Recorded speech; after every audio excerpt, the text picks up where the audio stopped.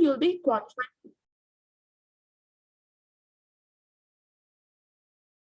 Then only you'll be in a position to clear it.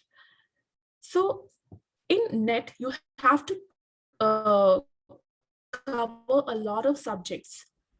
So here what we will be doing is that we will be having a quick recap of what you have studied in your LLB classes, in your law classes. We'll be having a quick recap. We'll be going through the portions. And today I'll be taking School of Jurisprudence for you. And we will discuss at the last 15 minutes, we will be having an interactive session where you can ask me a question if any doubt if you're having. We'll be having an interactive session where you can ask me a question, we can clarify the doubt. And if you want further clearance, we can do the same in the next class, this particular unit, in this particular, under this particular topic. Sir, I hope only this many participants are there. Like, shall we start now, sir? Madam, we will start it, madam. If they come, don't problem, madam. We can share the audio to them, madam. Don't problem. Okay. Okay, sir. Okay, thank you, madam. Thank you, sir.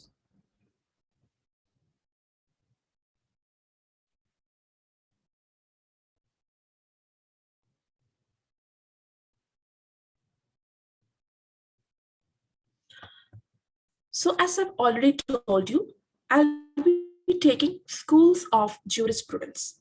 So when you're hearing the terminology schools of jurisprudence, what comes to your mind, or what we are studying under different schools of jurisprudence?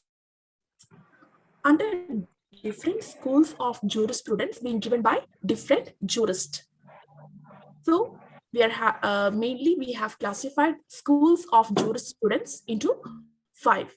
The first one is philosophical or natural school of jurisprudence. The second one is analytical or positive or imperative school of jurisprudence. The third one is sociological school of jurisprudence. The fifth one is historical school of jurisprudence. And the last and final is realistic school of jurisprudence, or we call it as American realism. So in today's class, we will be having an overview of all these 5 schools of jurisprudence, and the first 3 schools of jurisprudence will be discussed in length and breadth in today's class. So as I have already told you, under different schools, what we are discussing is the legal theory. The legal theory that is being given by different jurists under different schools of jurisprudence. So legal theory is nothing but it is legal philosophy or the systematic explanation of law. The term legal theory, it was first introduced by the jurist. His name is W. Friedman in the year 1945 in his work Legal Theory. So in legal theory, what it means is that it is basically what or how we systematically define law, or how we systematically comprehend law. Legal theory is also known as legal philosophy, and it is a terminology that is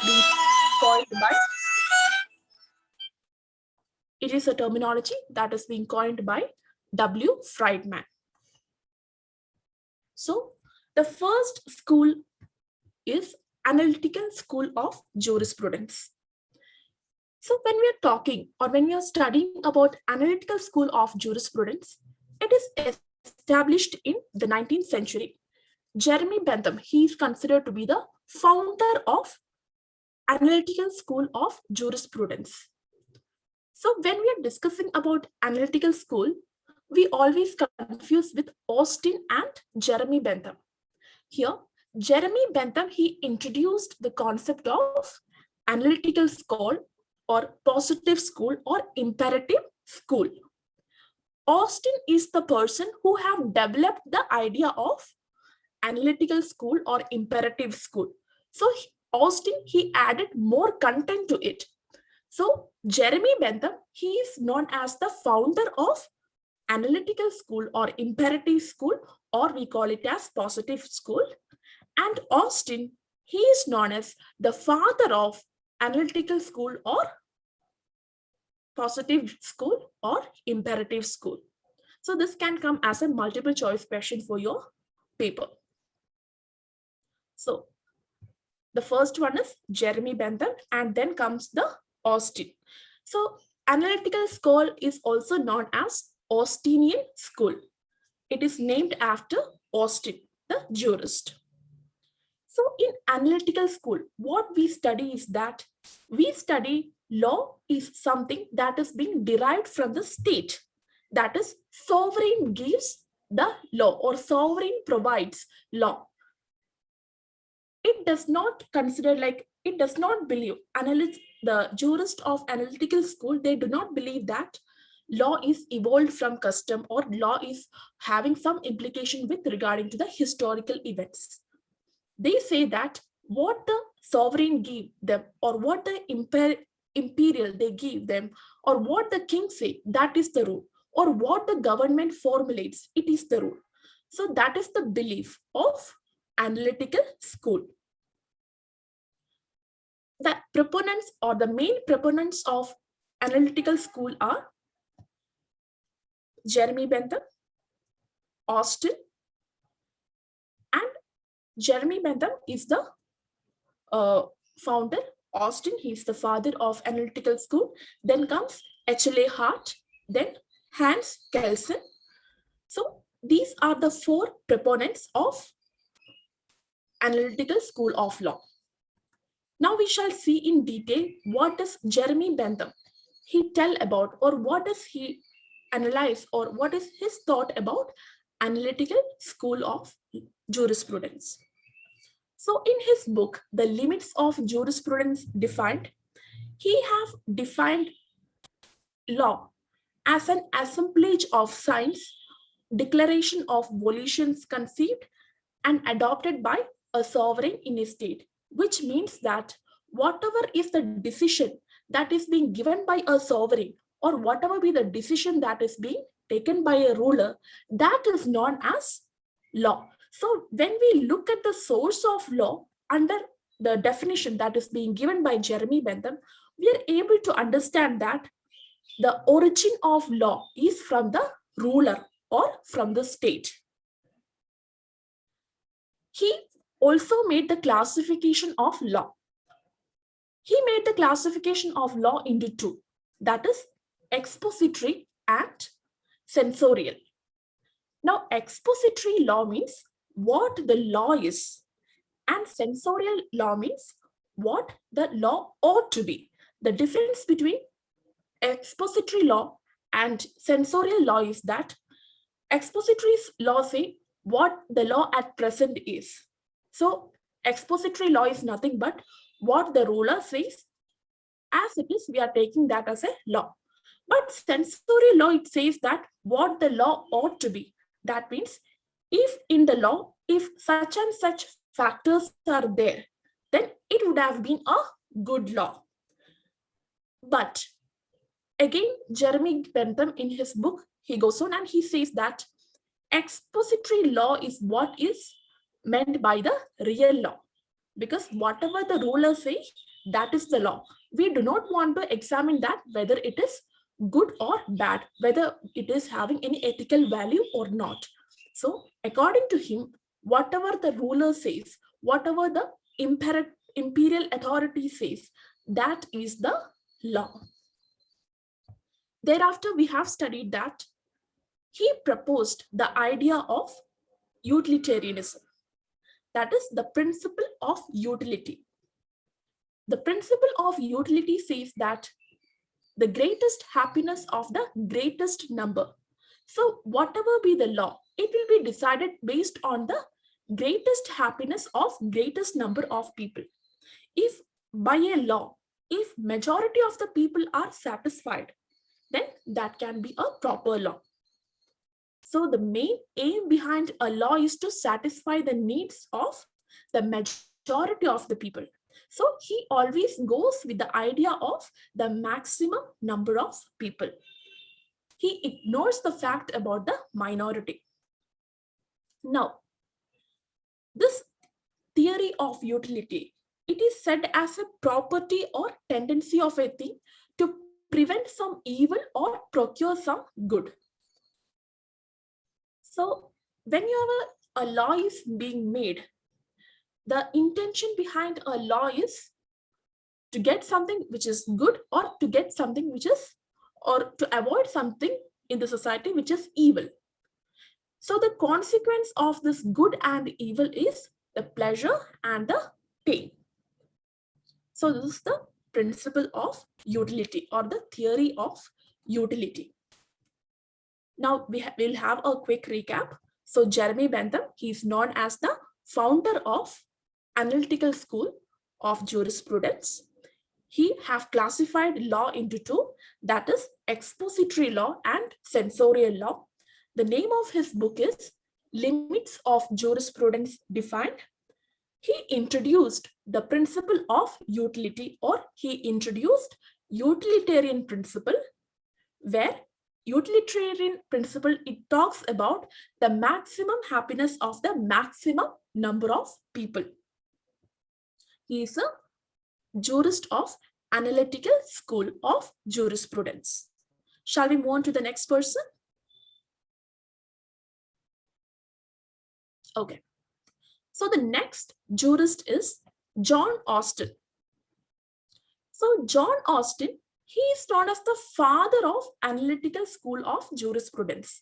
Jeremy Bentham, he was the founder, and John Austin, he is the father of Analytical School of Jurisprudence. He is also known as the father of English jurisprudence. The name of his book is Province of Jurisprudence Determined. So according to Austin, he defines law as, he says law is a rule which is laid down for the guidance of an intelligent being by an intelligent being. So there are two things. Law is something which is laid down by an intelligent being for the guidance of an intelligent being by another intelligent being.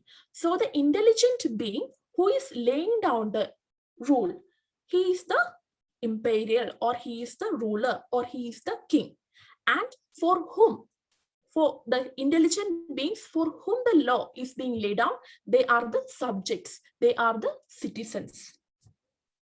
He also says that law is the command by the sovereign backed by sanction. So in his definition for law, it has three basic elements. First and foremost, law is a command, that is an order. By whom? By the sovereign. Sovereign means the ruler. And it is backed by sanction. That is, in case of non-performance of the command, the subjects will be getting some kind of punishment. So it is mandatory that when a sovereign, she has given certain kind of instructions or rules or command, it should be followed by the subjects, and there is no exception for that.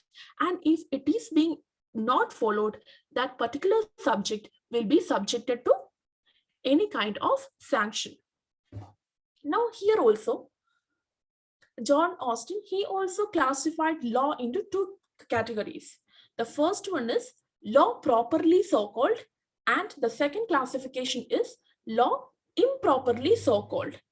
So law properly so-called means what the law is.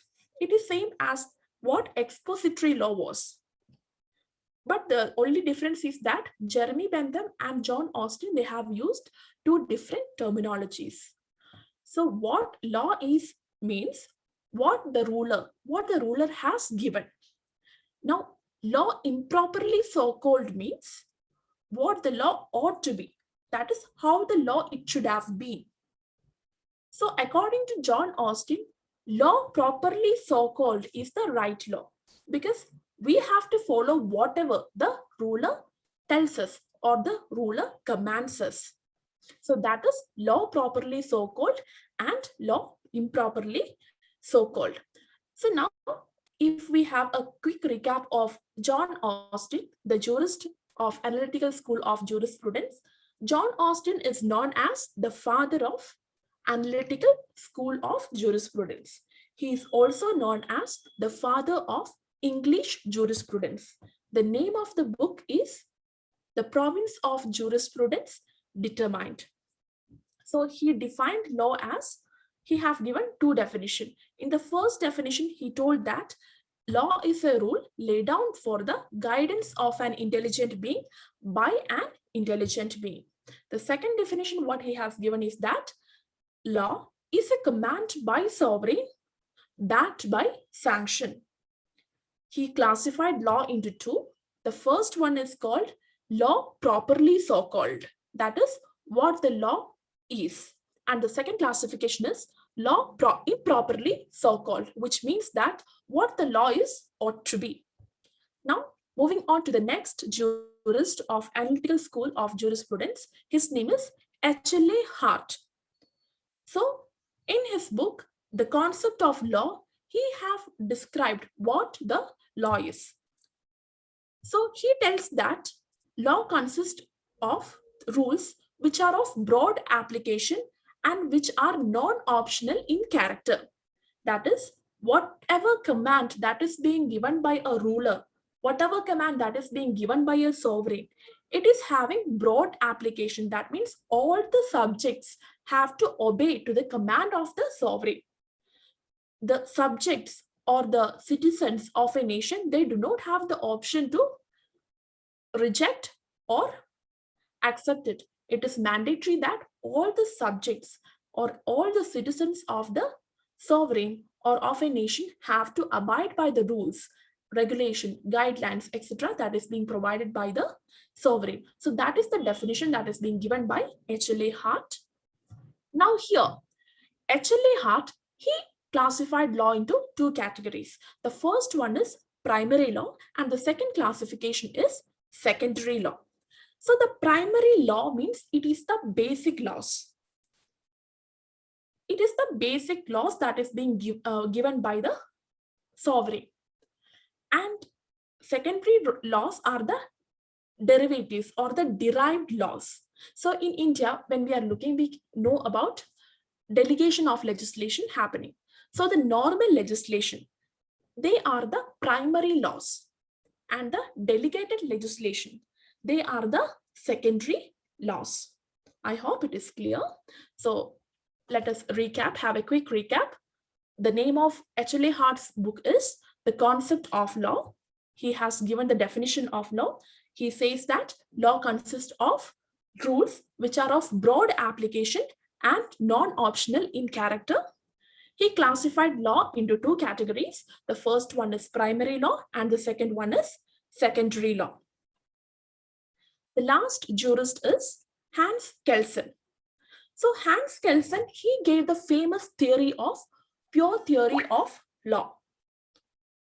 So according to Hans Kelsen, he says that law should be excluded from all the other disciples or from all the other branches like history, sociology, geography, etc. And law should be studied as it is.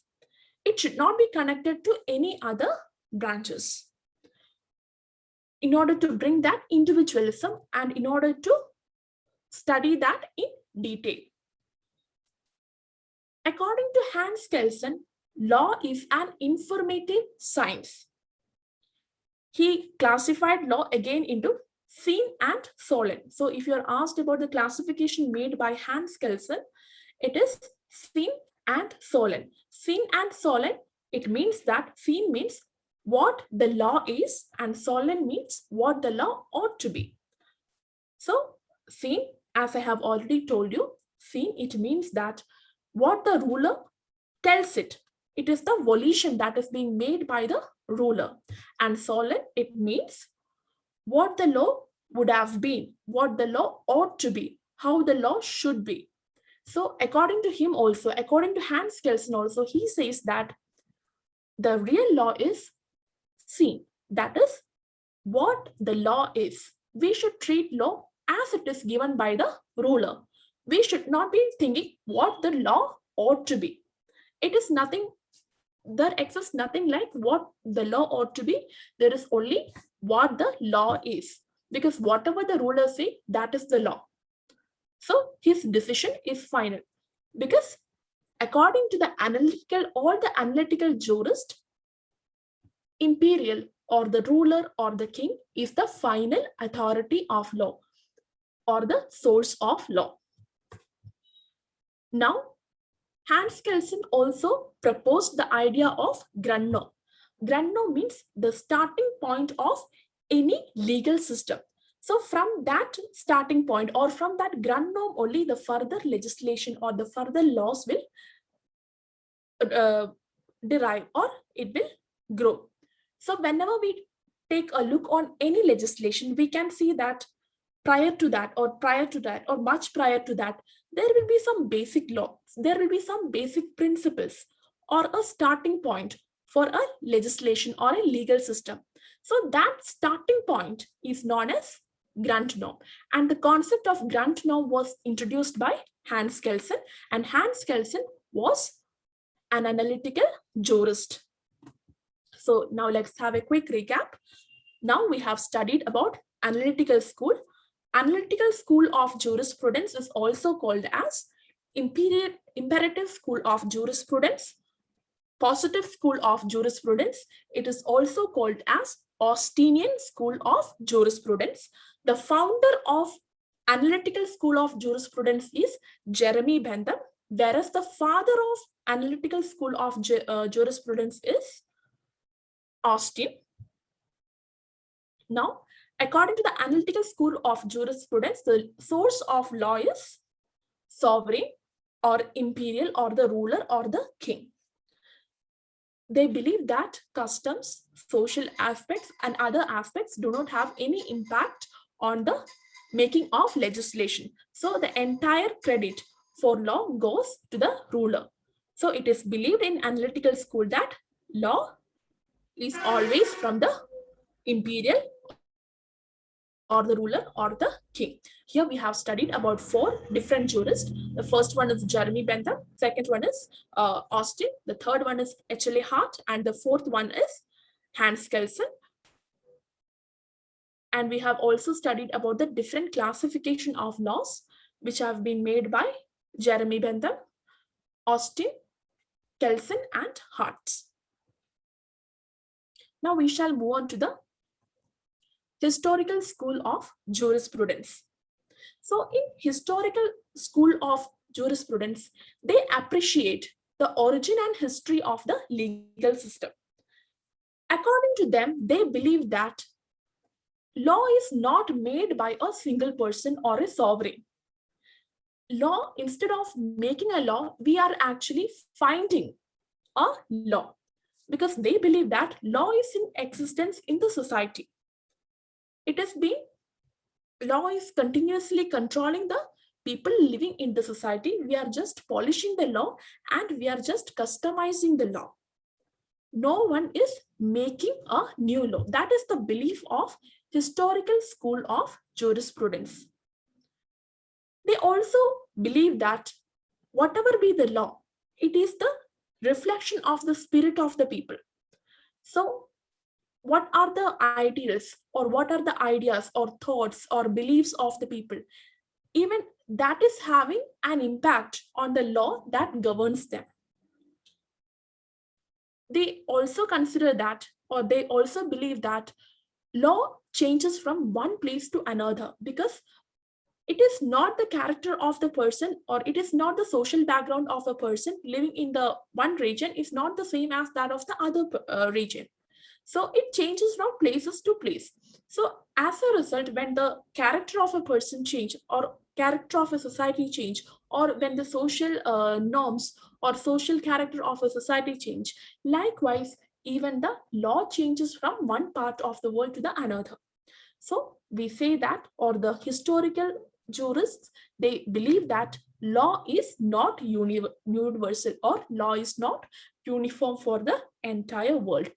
Law, different places will be having different sets of laws and different sets of beliefs, because they are following different practices, different customs, etc. The main proponents of this school are Savigny, Pucha, Hugo Grotius, and Hegel. Now the first one is Savigny. So Savigny, he compares law with a language. He says that law is like a language. So law, it grows and it strengthens like language, because when it is being practiced by different people, actually it is the law that is being getting strengthened. And when the people stop using that particular law or implementing that law, it weakens and finally it dies. Like the way the nation, it loses its nationality. He proposed this idea in his essay called Vom Beruf. He proposed the theory of Boxist, that is famously known as the Boxist theory. He says that nature of any particular system of law is a reflection of the spirit of the people who evolved it, and therefore it is the manifestation of their common consciousness. It is nothing but whatever law that is being practiced in an area, it is just the reflection of the spirit of the people.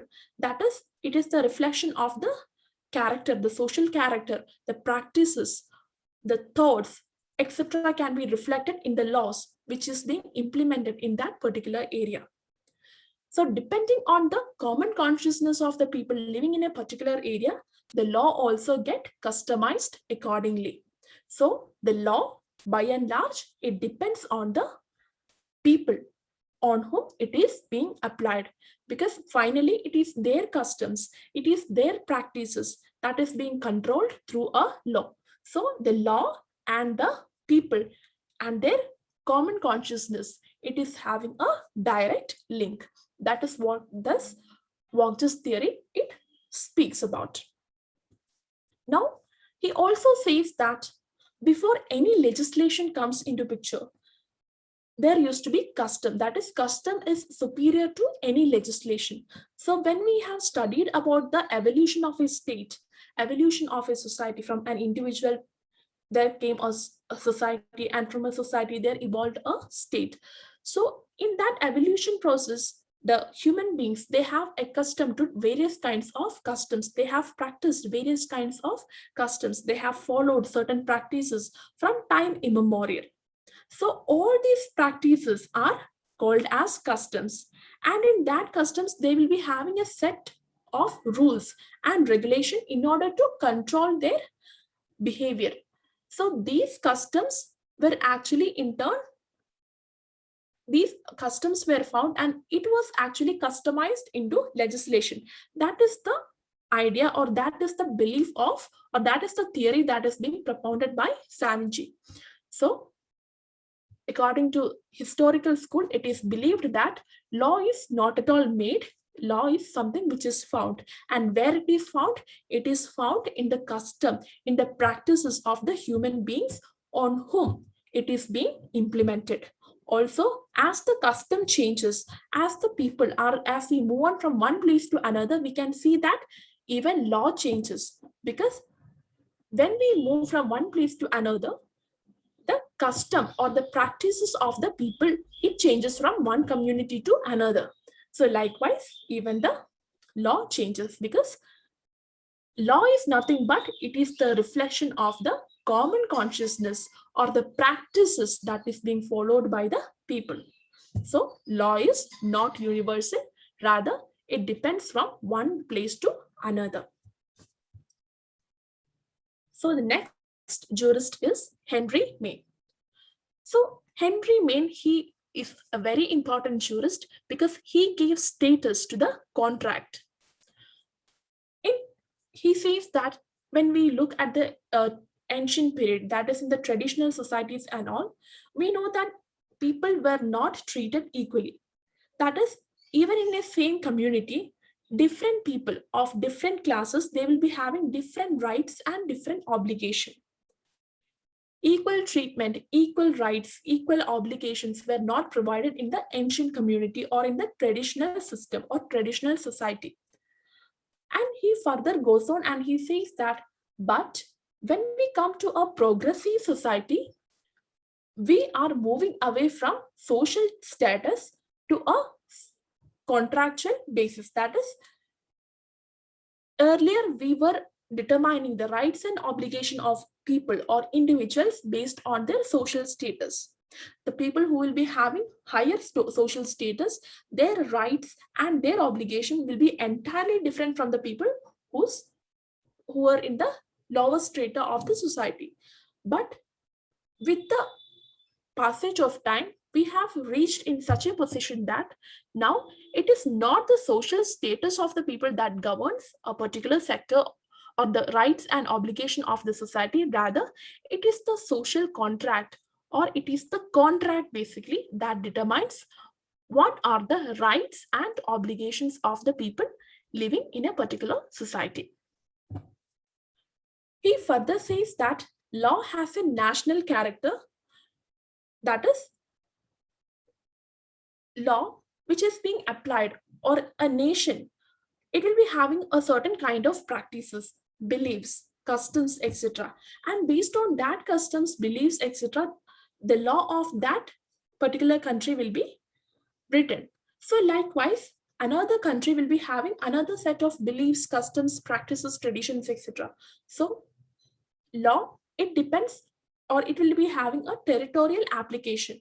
That is, when we move from one nation to another, we will be having different sets of law. And this variation in the law, it is a result of differences in the customs, differences in the traditions, practices, beliefs, etc. of the people living in different nation. This indirectly says that law is not universal. Rather, law is different and it changes from one place to another. Now, according to his theory, he defines the evolution of law, or he explains the evolution or development of law through four stages. In the first level, he says that law was a command of the ruler. That is, in a society, when we have studied about the evolution of a society, we have studied about the tribal groups, etc., the groups, societies, etc., being made for a common interest. So initially, that rule or whatever practice, it would have been a command of a ruler, that is the head of that particular community or society. In the second stage, what happened was that whatever the commands that was being given by that ruler or leader, that slowly evolved, or they slowly it accompanied, or it came into the customary law. That is, in an earlier stage, what was the decision or what was the instruction or command that was being given by a ruler, by the passage of time, the people started adopting it as a part of their custom. On the third stage, these customary practices these customary practices were administered by the priest as a form of custom. Now it is getting a religious phase also. And on the last stage, what happened? These customs, which are being practiced as a form of their living or as a form of their culture, slowly it started to be codified, and the codification of law happens at the last. Now the custom, from that customs which were earlier practiced, now from that customs only laws are being derived. So now through that four stages, Henry Mean is explaining how the law is being made or how the law is being found. He also says that law is not something found, that which is made, rather it is being something found. From where it is found? It is found from the customs, from the practices of the human being, of the practices of the society. Now he introduces the concept of legal fiction. That is, progressive societies incorporate positive laws to accommodate future development. That is, I've told you about the concept of what law ought to be. According to him, he says that the progressive society, they will always foresee what are the needs of the future, what are the needs of the future generation, and they will form such a law that they can accommodate the future needs also. They can foresee the future needs, and those needs can be or those needs can be foreseen, and a legislation can be so formulated that even it adopts or even it fulfills the future needs. So these are the main points what we have to remember under Henry May. Once again, I'll recap. He introduced the status of contract. Rather, after that, he gave uh, the 4 stages of development of law. That is how the law has been, or how the codification of law happened. And finally, he introduced the concept of legal fiction. So the main jurist of historical school of jurisprudence are Savigny and Henry May. Next is philosophical or natural school of jurisprudence.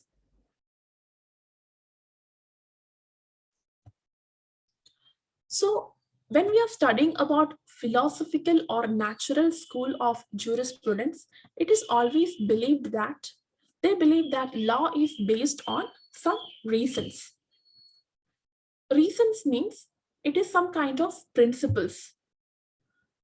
Principles means principles of high standards, which are based on, which are just, which are fair, and which are reasonable. And again, these principles, which are just, fair, and reasonable rules, these are the ethical values that are being reflected in a society. So, whatever be the law that is being made by any authority, if it is against the just, fair, and reasonable rules, it is considered that such laws are against the natural law or natural school of jurisprudence. So it is believed that there are a set of ethical values, there are a set of principles that is in existence in the society. And whenever a law is being made, so these principles, these reasons, etc., these are moral principles or moral reasons. And whenever we are coming up with a law for legislating a society, it has to be seen that those particular laws will not contradict with the existing natural principles or natural reasons or natural rules of justice, fairness, and reasonableness. So suppose imagine if a law or if a legislation is brought against the natural rules of justice, fairness, and reasonable, all such laws should be held invalid as per the natural school of jurisprudence. So it is basically based on morality. So the natural school is also known as the school of divine law. So according to them, some of the jurists of the natural law, they believe that law, the source of law is of divine origin. Some believe that it is the revelation of the God. Some believe that it is the morality or it is the ethical value a human being is having. And some people believe that some of the jurists in the natural school or the philosophical school, they believe that it is the natural instinct or it is the reason that a person can think and make a rational decision on, and that is within the human beings itself. So we are calling it as natural school of law or philosophical school of law.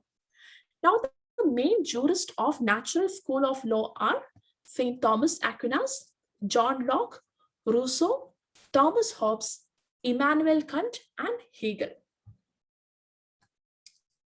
Now, saying about St. Thomas Aquinas. So, St. Thomas Aquinas, he was a jurist of 12th century. So, when we are studying about 12th century, we know that during 12th century, the type of society what existed was that the religion had a very important role to play during that time. Religion and state were two concepts which were intertwined. the clergy, the priest, etc., they had a very important role in making the law. So Saint Thomas Aquinas was one such person from, or one such jurist during that time. So even the proposition what he has given also, he's having some kind of religious impact or religious backing. His contribution is that he says that from where we will be getting that moral, or from where we can identify what is ethical, what is morality, what are the natural principles. He is coming with an answer for from where to find, or from where we should be getting all these natural moral or ethical values, where we can find it. According to Saint Thomas Aquinas, he says that the principle of morality, or the principle of justness, fairness, reasonableness, if we have to identify it, we have to look into the scriptures, that is the religious scriptures, the revelations of the God, and we have to look into the religion. So he says that the origin of law is God, the origin of the law is religion, the origin of law is the revelation of God, that is, law is what the God has given us. Scriptures, religious scriptures is nothing but it is what the God has. It is believed that religious scriptures are nothing but what God has told us. Revelations of God, again the same. Then the religion. The belief is that what is being practiced in religion is the will of the God. So, according to Saint Thomas Aquinas, the source of law is God. That is, law is of divine origin. Coming to the next jurist, his name is John Locke. So, he's very important jurist from the viewpoint of natural school of law. He introduced the theory of social contract. It is most appropriate to say that rather than introducing, he is the person who developed the theory of social contract. Now you can see a diagram over here. So here, before this theory of social contract was being developed by John Locke, there was another jurist. His name was Thomas Hobbes. He is the real person who have introduced the concept of social contract, and John Locke and Rousseau are two different people who have developed, who added content to the theory that was being proposed by Thomas Hobbes. So he discussed about the contract, the social contract theory in his book, the two treaties of government. So as per the theory, as per the social contract theory, he says that there are people and there are government or kings. So it is believed that the people, they had certain rights and duties with them. They had certain kinds of freedom. So what the people did, the people, they gave their power to the government. They submitted their power, their rights to government. Why they have submitted their rights to the government? It is for the protection of their rights. They submitted their rights so that the entire society can, they sacrificed their rights because the entire society can enjoy the rights. And when the submission happens, when the rights are being submitted to the government, it is the responsibility of the government to protect the rights of the people who have submitted that rights, along with the other people who are present in the society. Now, suppose imagine after the submission of the rights to the government or the kings, if the government or king is misusing the power which is being submitted by the, or which is being given by the people, what the people can do, the people are having the authority or the power to overthrow the or replace the authority, that is the government or the king. So this is the social contract theory, what the Locke says about. Now, this system can be seen in the modern democracy also, we can see that in various places, in various countries where democracy is being practiced, suppose imagine if the government fails to fulfill the needs of the society by election, the ruler or the head of the state or the representatives of the people, if they are inefficient, they can be removed through the process of election. So this is, or the election or that is being conducted for replacing the ruler, it is a manifestation of the social contract theory. And one more thing is that the social contract theory, though we have studied here under John Locke, in India, we practice the social contract theory that is being propounded by Rousseau. So that you will be studying in detail when you're studying about the Rousseau's social contract theory. It is a separate topic. Now, the next one is Immanuel Kant. So, according to Immanuel Kant, he says that a legislation can be effective only when the people represents their will unitedly. So when we see our constitution, the Constitution of India, we have seen that we the people of India. So we the people of India, we all are unitedly. We are agreeing to it. In the preamble, we can see that. So according to Immanuel Kant also, he sees that only when you are having the united will or united agreement of the people towards a law, only that particular law can be effectively practiced or effectively implemented.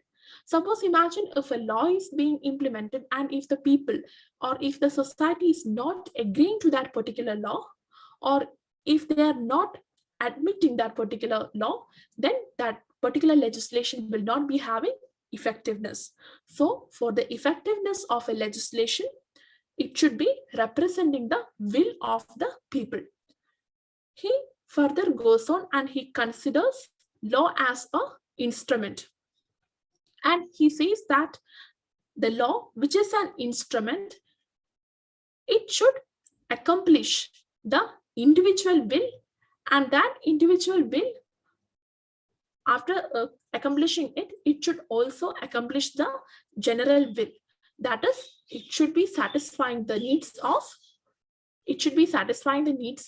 all the sections of the society, and it should be agreed upon, or it should be accepted by the people.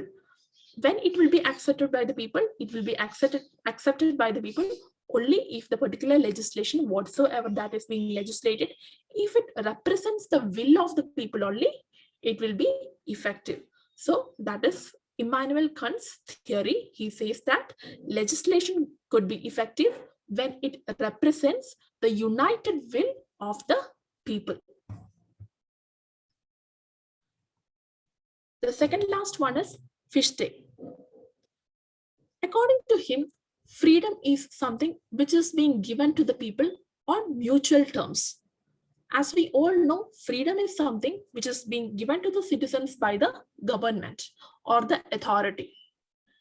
In some situation, we can see that in the ancient society and all, when we have studied about the evolution of society, we have seen that especially during the state of nature of John Locke and Rousseau, people exercised the freedom, but without a control of any authority. But under the circumstance that is being explained by Fichte, he is explaining the freedom that is being exercised under the authority of a ruler or a government. So we all know that there are two kinds of duties in existence. The first one is moral duty and the second one is legal duty. It is our moral duty that we should respect each other, we should treat everybody equally. But there is something called as legal duty. Legal duty means we should be, if we are having some kind of duty, we will be also having some kind of benefits or some kind of rights. That is, it is reciprocal in nature. So as per his theory, he says that there are three basic principles between state and an individual. So, for an individual to be a citizen of any nation, he has to fulfill the duties that are being enshrined to him by the particular state. And if an individual, he follows or if he obeys the rules and regulations and the duties that are being provided by the state, then the state is having the responsibility to protect that particular individual. So it is not just the protection in certain circumstances, the state is also having the duty to control that particular individual. He further says that the state is having the authority only to govern the external affairs of a person. The state do not have the right to control over the internal matter of a person. Internal matter means the state cannot have a control on the thoughts or what is there in the mind of a person. Rather, what is going or what is happening through his action. The state can only have a control over the external actions or the actions what he has done. So what Fichte he says is that freedom, if it has to be exercised, it is in a reciprocal manner. That is, if an individual, if he obeys to the duties of a state only, he will be having the freedom to exercise his right. And the last one is Hegel. According to Hegel, he always believed that men always struggled in order to acquire freedom. So he is one such person. He brought out a relationship between human beings and freedom. And he says that the relationship between human beings and freedom, it is an evolutionary dynamic process. That is, he always believed that whatever be the law that is being made, it should be in parallel with the societal conditions. So we know that the society is changing, the society is evolving day by day. So as a result, whatever be the changes that is happening in the society, those changes should be accommodated in the law also, so that the law can contemplate the changes that is happening in the society. If the law is not contemplating or appreciating the changes that is being made in the society, and if it is remaining static, it would not be a good law and it will not provide the citizen the amount of freedom which they deserve. So he says that law should always change. Law should evolve according to the society. So here we have studied John Locke, St. Thomas Aquinas. St. Thomas Aquinas, he should be the first, he's considered as one of the prominent jurists of natural school of jurisprudence. Before him also we were having jurists like Aristotle and all. But the thing is that from St. Thomas Aquinas only, we are in a proper position to define what natural law is, because he is the person who found out or who defined that where we can find. He explained that where we can find natural law. He said that natural law can be found in the religion, the scriptures, and the revelations of God. So he gave it a face of divinity. And as a result of that, natural school of law is also known as divine school of law. Next comes John Locke. He introduced the concept of social contract theory. So he actually added the content to social contract theory. Initially, the social contract theory, it was being developed by Hobbes, that is Thomas Hobbes, and later on, John Locke and Rousseau, they both developed the concept of social contract theory. The name of his book is The Two Treatises of Government. After John Locke came Immanuel Kant. he explained how the law should be effective. He told that in order to be in order for a law to be effective, it should be representing the common will, or the will of the public, or the will of the people. That is, the general will of the people should be represented through a law. Then only a law can be effective. The next one is Fichte. He says that freedom is, or freedom can be explained in mutual terms. That is, only when certain criteria is being satisfied by both human beings, that is the society or the individual, and the state, then only the freedom can be enjoyed by the person or the people to its maximum extent. Thereafter is Hegel. He also establishes a connection between human and freedom. According to his teaching, he believes that all struggles of men were for freedom, and the laws should be always evolving. Law should not be static. If the law is static, it will affect the freedom that is being enjoyed by the people. So, according to his teaching, law, it should be always evolving according to the needs of the society. Now, the next school of jurisprudence is the realistic school of jurisprudence. So, when we are talking about realistic school of jurisprudence, unlike other laws of jurisprudence, like, for example, historical school, natural school, analytical school, realistic jurists, they study the law and understand the law as it is in action. As it is in action means they believe that judges are the people who make laws. And when the judges, they are making the law, various factors, a lot of contributing factors influence their decision making. The realist jurist, they discusses the role of the judges in the making of law, and also they discusses about the importance of the doctrine of precedence. So, say for example, if you have studied about the laws or the judgment that is being given by D.Y. Chandrachud, we can say that when we look into the privacy judgment which he has given, when we look into the 370 judgment which he has given, in all these judgments, we can see that a liberal approach is being taken by Justice D.Y. Chandrachud. So we can classify him as a liberal judge. So it is his personal traits or his personal character or his personality is also reflected, or it has also influenced his decision.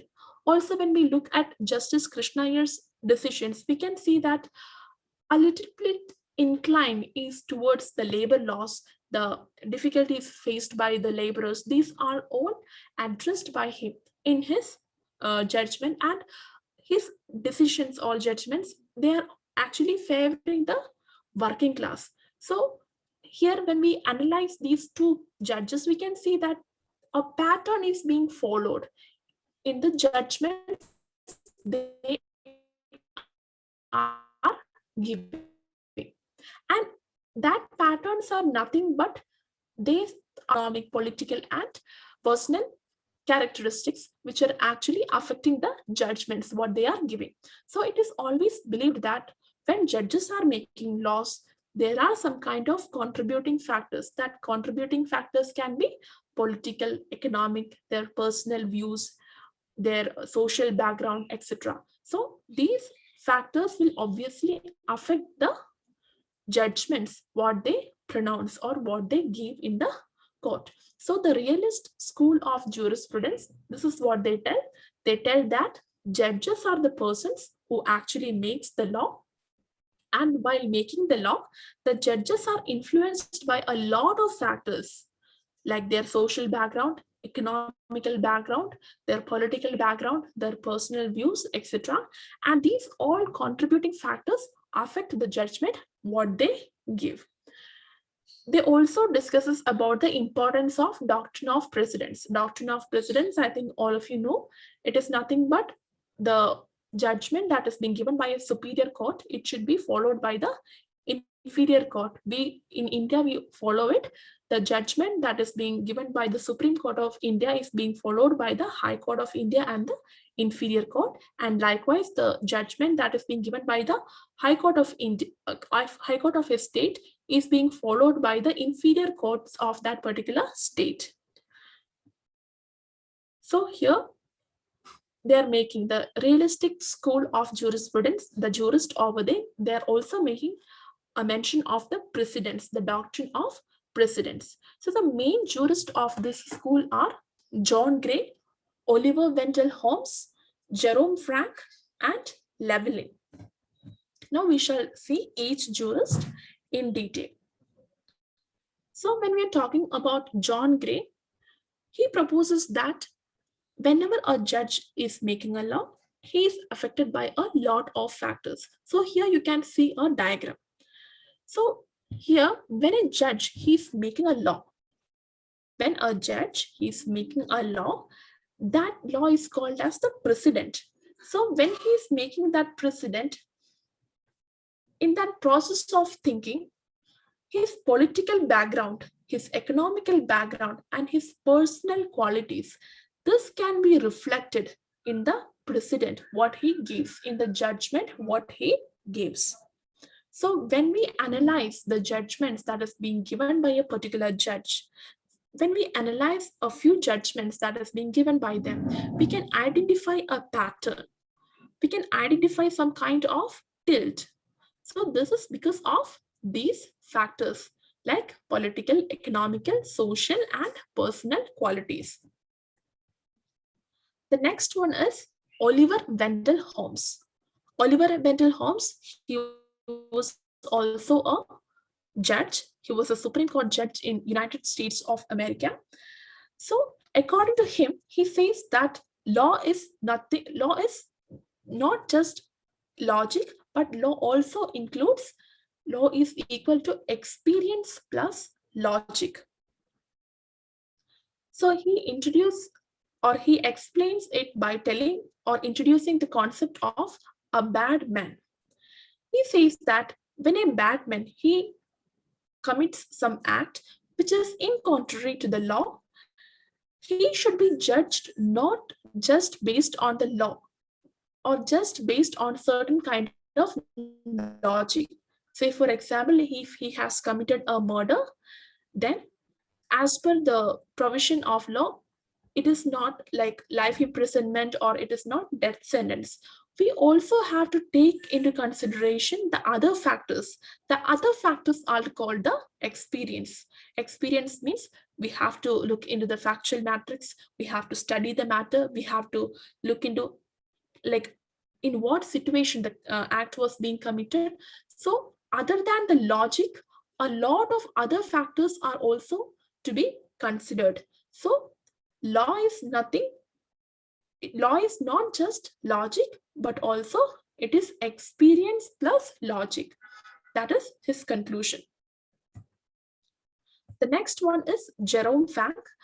Jerome Frank, he has written a book called as Law and Modern Mind. So he says that law or the certainty of law is a legal myth. The reason why he tells this is that he always says that legal rules, when it is being applied to a fact, only we will be getting a legal decision. That is, we have, if an event has taken place, we have to apply the laws and we have to see that we have to study and analyze the factual matrix of the case. And after applying the legal rules and after studying the factual matrix only, a judge will be writing a particular judgment or he will be reaching into a decision. But the problem comes over here with respect to the interpretation of the rules and interpretation of the facts.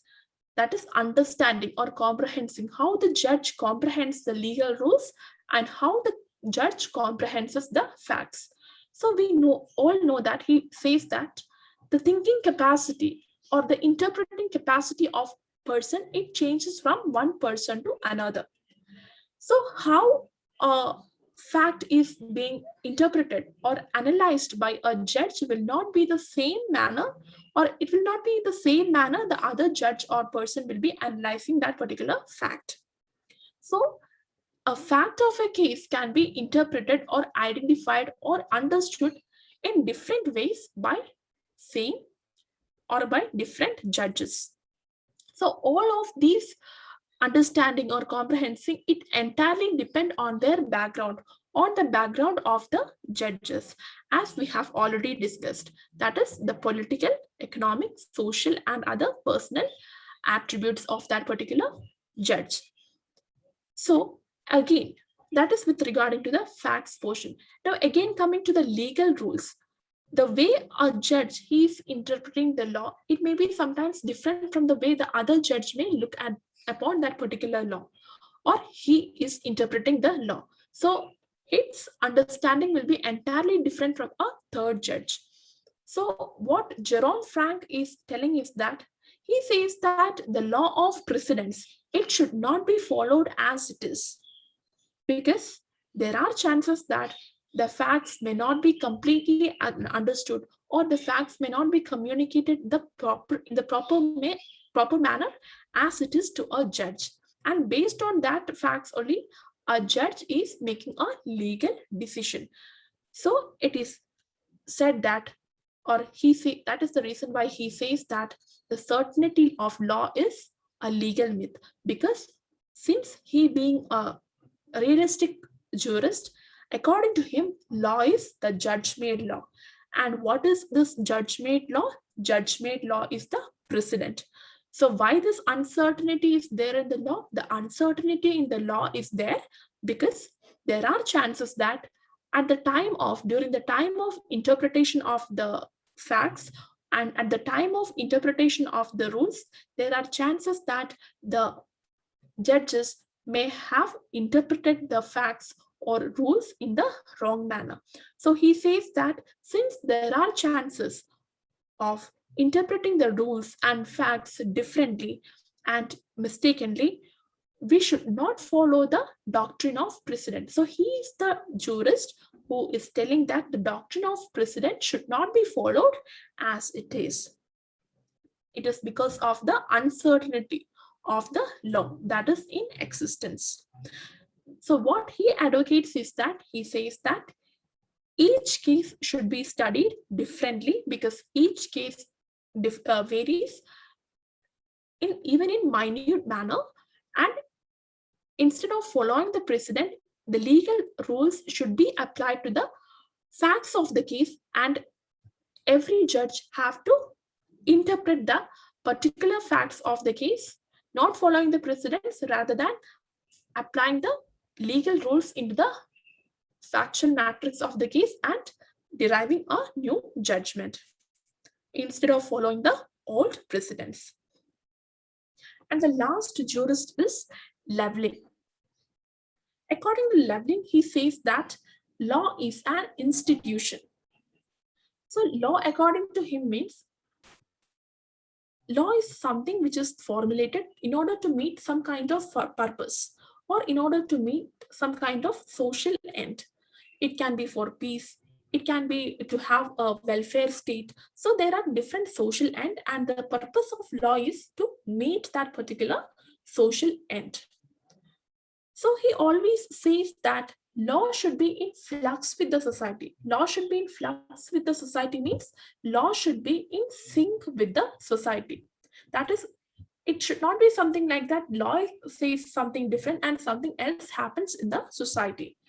So whatever is happening in the society, the law should be in a proper position to accommodate it or solve it or to control it.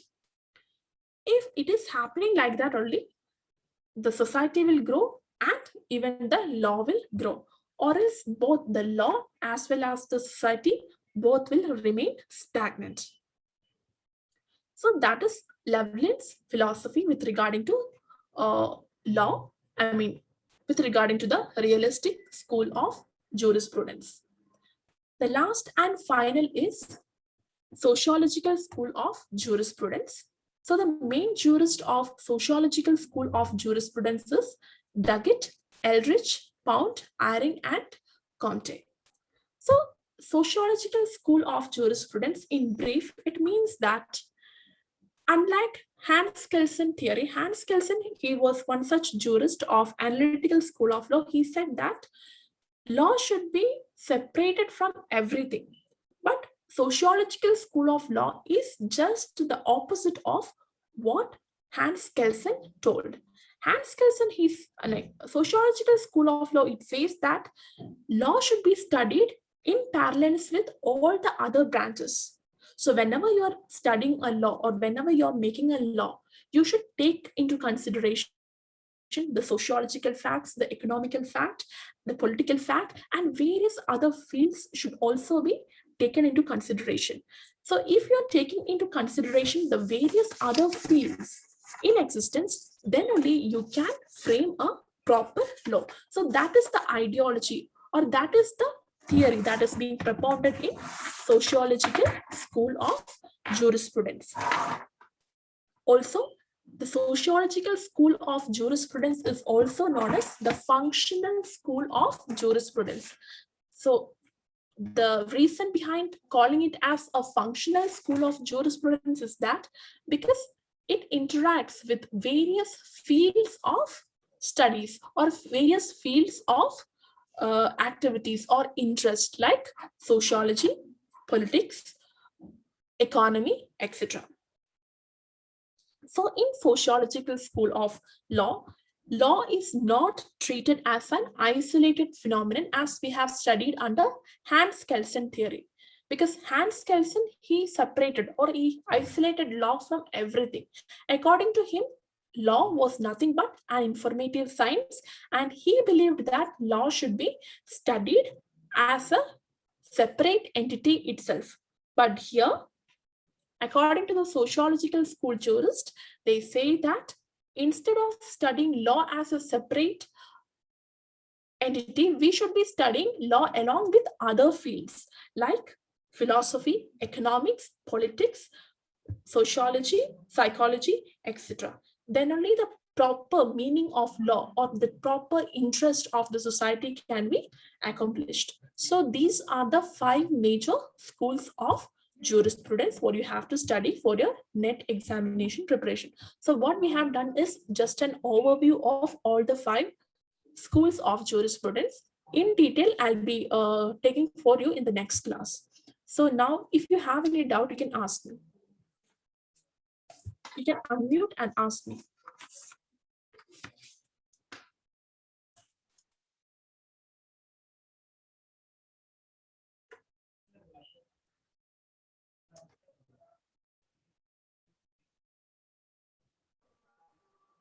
What participants?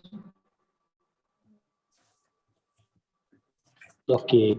Madam, you have just clear. ignited them, get into the, yes. Yes, anybody want, yes, please, go ahead.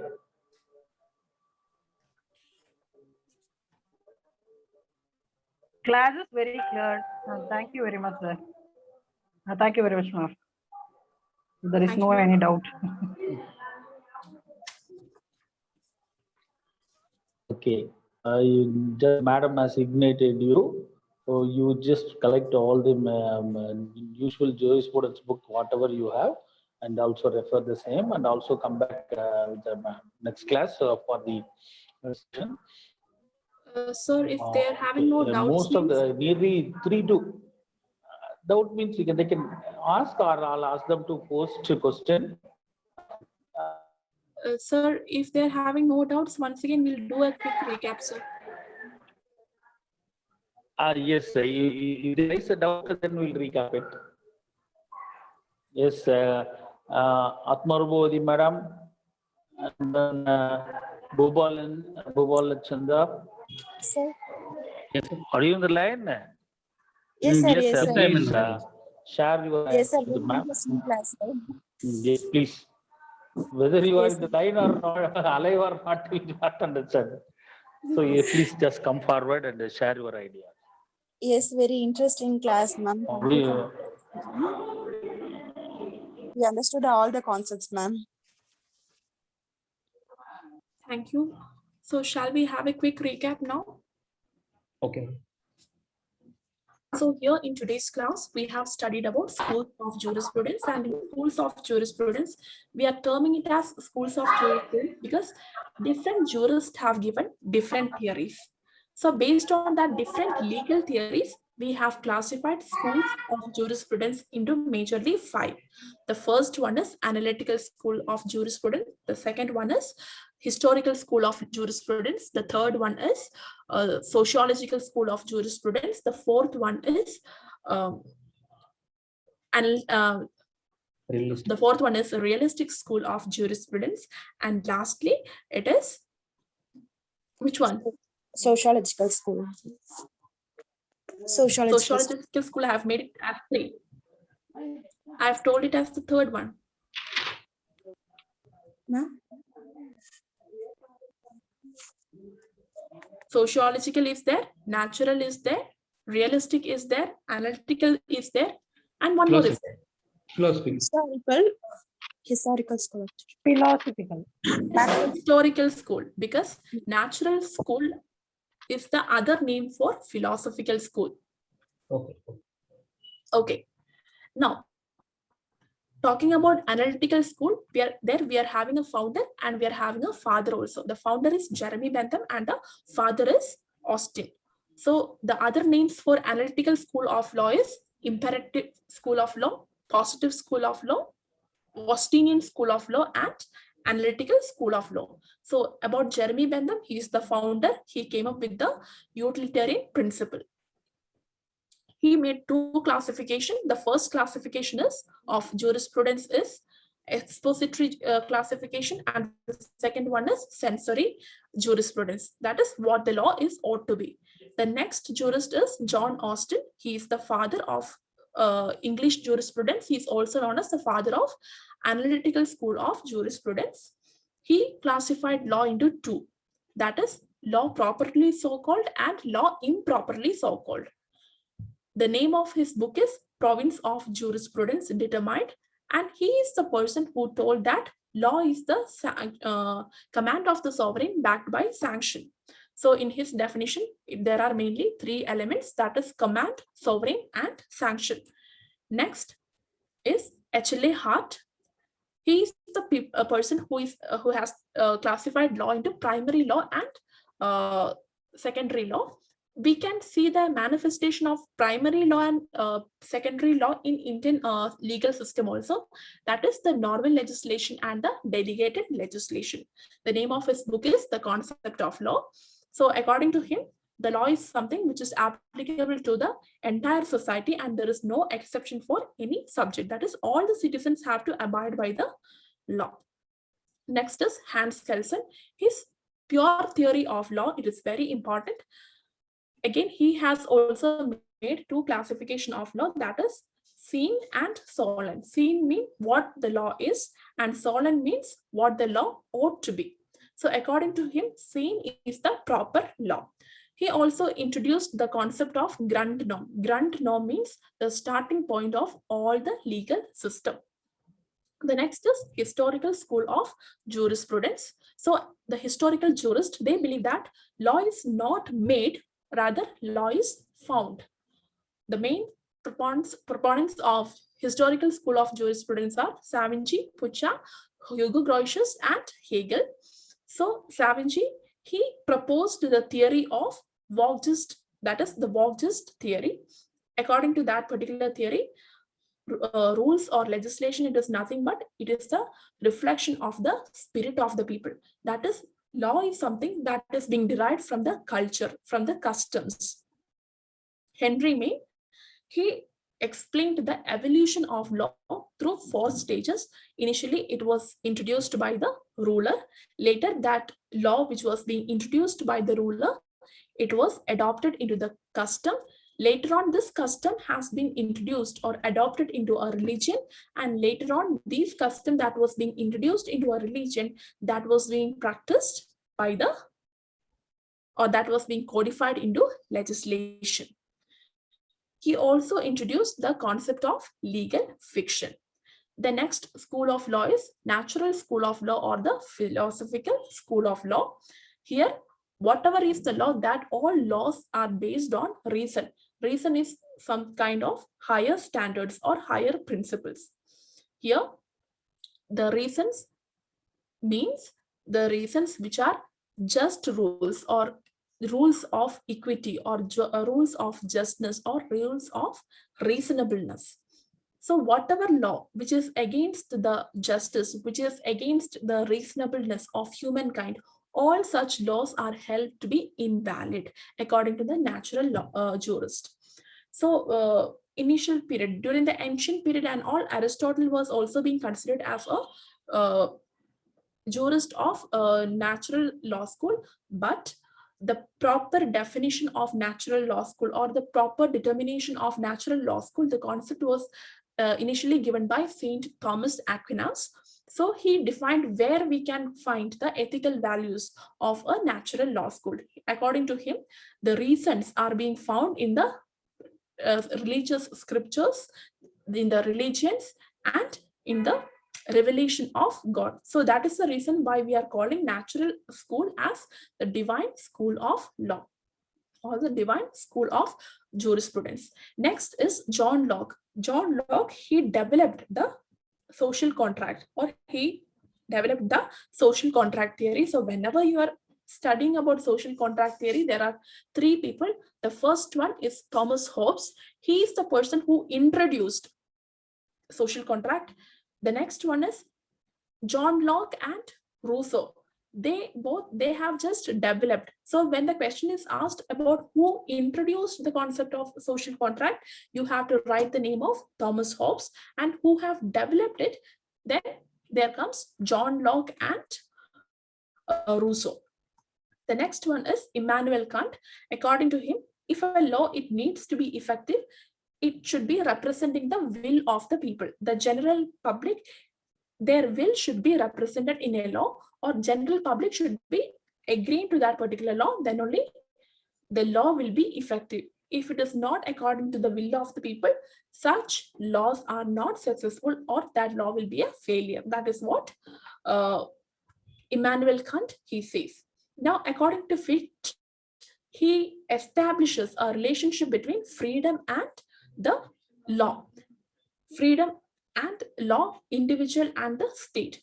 He says that individual and state, if an individual, he should be considered as a citizen of a state, he should be following the duties that is being given by the state to that particular citizen.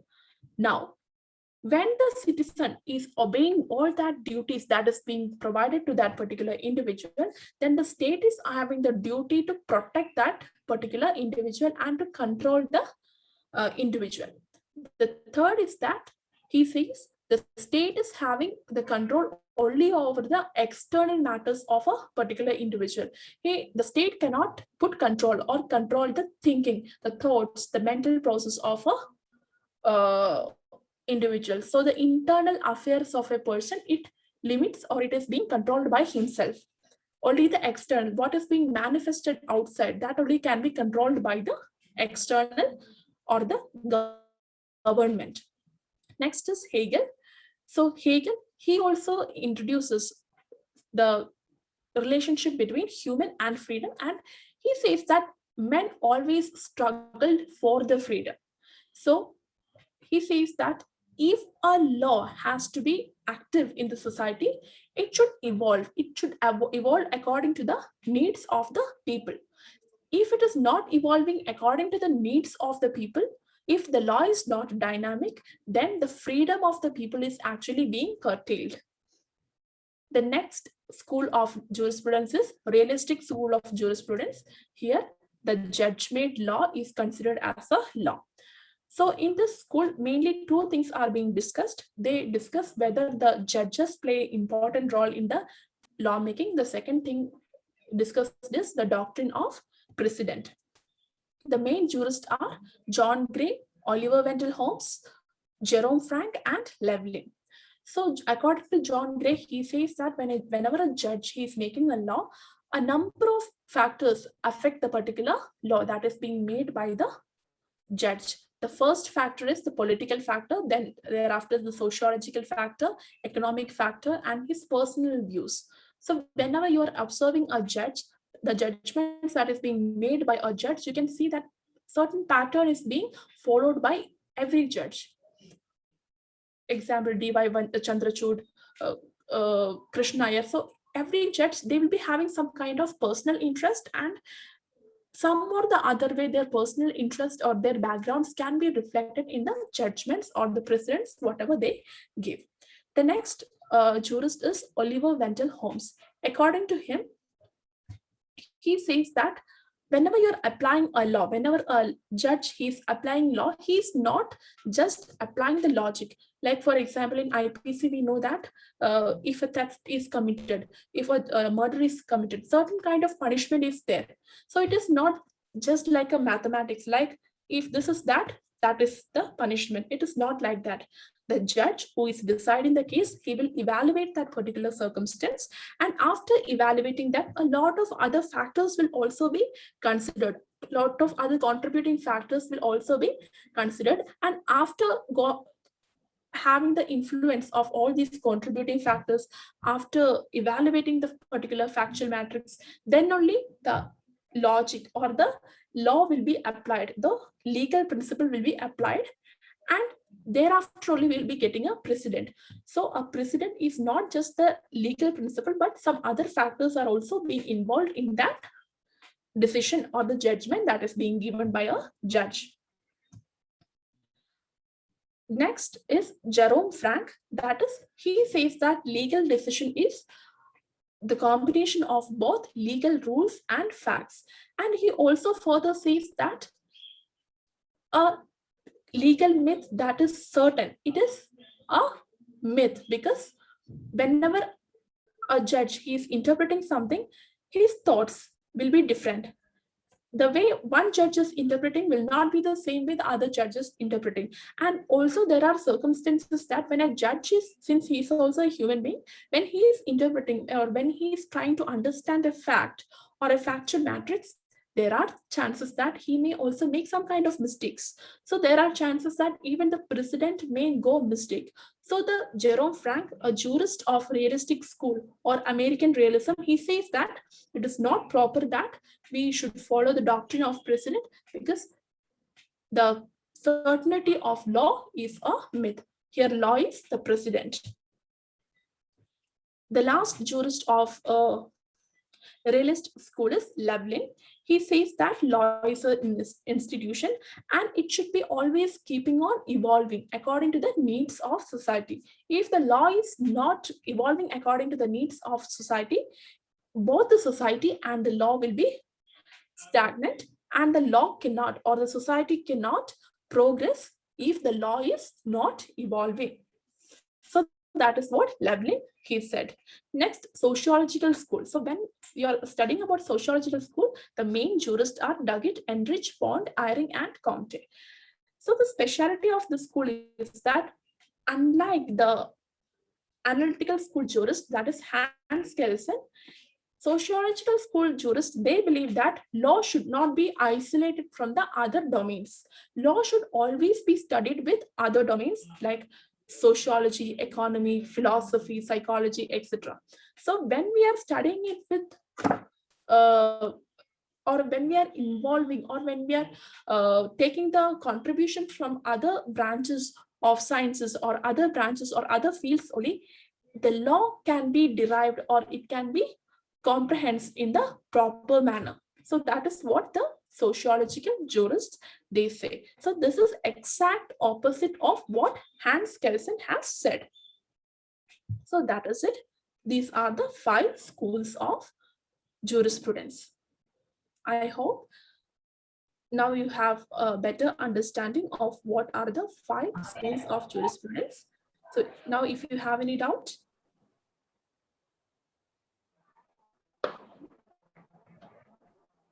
Yes, participant, you just go through the book. Madam, you suggest any other, yes, Yes, ma'am. any other book are you read for them for them? They are asking neither for their reference. Okay, reference. So Universal's one book is there. Truman is another book. Both these books are for net preparations itself. And if they have any doubt, like anything, they can actually, there is a comprised version of Salmon's book of Jurisprudence. So if they want conceptual clarity, they can refer Salmon's Jurisprudence book. It is actually a very concise form. Or else for the net preparation, they can refer Universal's Guide and Truman's Guide. And whenever you're preparing for net examination, I prefer you guys follow the elimination method. Elimination method means instead of going and studying the concepts first you have to try on multiple choice question. Suppose if you know some particular portion, if you are sure that you are well versed, now today we have studied schools of jurisprudence. So instead of first going and studying it in detail, first try to read the multiple choice questions or the multiple choice answers or questions, whichever or wherever where you are able to identify it. Then after that, try solving it. Then you will be finding it sometimes hard, sometimes it will be easy for you. If you are finding it hard, then you will be coming across new terminologies over there. Suppose if you're asked about tell a person who is or name the jurist of analytical school, and you are given certain names of certain jurist, and one among them is only the jurist who is belonging to the analytical school of jurisprudence. So now you will be able to know about the different jurists also. So if you don't know the options, the wrong options also, please try to understand what are those wrong options also. Because when I have gone through the net exam and when I have gone through the answer sheets, I have gone through the question papers, the pattern which I have seen is that the many questions are repeated, many case laws are repeated. So if you are going or if you're trying the question papers, I think it will be easy for you to study and comprehend the manner, because conceptual questions and theoretical questions, more than that, you will be getting section numbers. Before last exam, more section numbers and article numbers were asked. In the last exam, more case laws were being asked. But when I have referred the previous year question papers, I was able to see that these questions were actually repeated questions. So I prefer you guys solve the multiple choice questions along with what is being taught to you. So that is it. And for guide, two guide I'll recommend. The first one is Universal's Guide and the second one is Truman's Guide. Truman's Guide will help you if you don't have the conceptual clarity. If you have conceptual clarity, Universal's Guide will help you. So that is it. Actually, they used to be match the following and other things will be usually they will given for this. You match the following. That type of question also usually they asked. So for that, madam has clearly touched every author's name, their book, their concepts, everything madam has touched.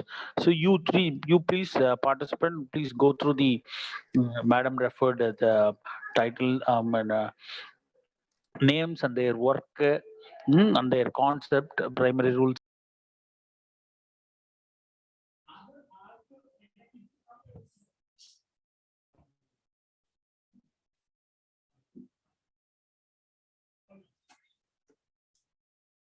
So I find difficult to return to the link. I think we are coming to the end of the session. Madam, thank you very much for your introductory session on law. Really, it is a wonderful sharing of your information. So really, it's good for us. Thank you very much, ma'am. Participant, you please go through it. Thank you. Thank you. Thank you, ma'am. Thank you. Thank you.